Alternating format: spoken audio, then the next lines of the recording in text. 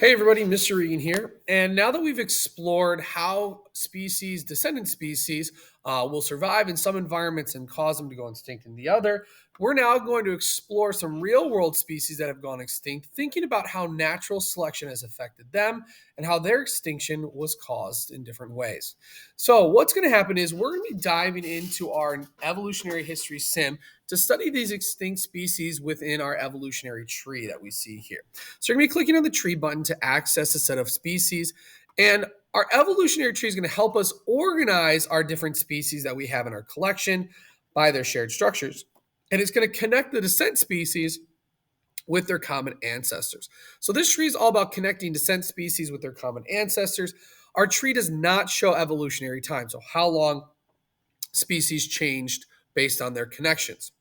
So, what you're going to be doing is you're going to be finding and placing three fossilized species: Acanthostega, Tiktaalik, and Eusthenopteron. That one's tough to say. And what you're going to do is you're going to find those three species in your fossil collection. You're going to go to the vertebrate section of our tree, and you're going to see there's three empty spaces. You're going to be putting them into these three empty spaces, looking at their different shared structures. So each one will have its own space on the tree. So, how do we figure that out?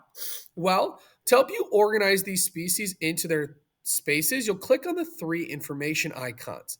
It'll help you identify the shared structures. So, this information tells you that this species, because it's all connected, and this species all share that structure. So, you'll look at that structure and decide, well, which of our three species has only that structure and none of the two below it. You'll then click on the second one and decide which of these two species has that trait, but this one does not. And then last but not least, you'll pick on the third one to figure out what's my third species and what's this trait here that it has that none of the ones above it does not have. Your study icon will help you identify those structures and figure out which one goes where. So, for example, when you click on this one, the structures are humerus, radius, and ulna.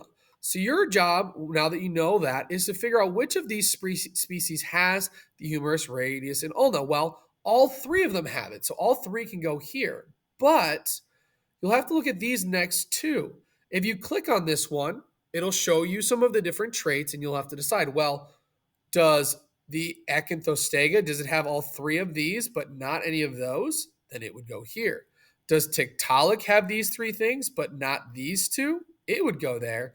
Or does our Euthynosteron have these three structures, but none of these? Okay. So remember, if it has it, it'll go there. If it does not have these two, it'll go there as well. If you get it wrong, it'll have you just try again until you figure out which one goes where. Once you've completed your map of your tree, you're going to use that and you're going to screenshot that into the next set of tasks. And then you're going to look to explore why you think these species went extinct.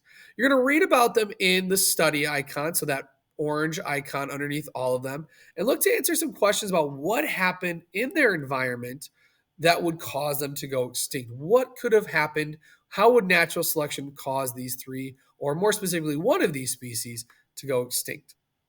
So, do you understand how to complete the evolutionary tree with our three species? And do you understand how to use our study information to answer the questions in the next task? If you put your X in green, great. Good luck with the rest. If not, make sure you check in and good luck.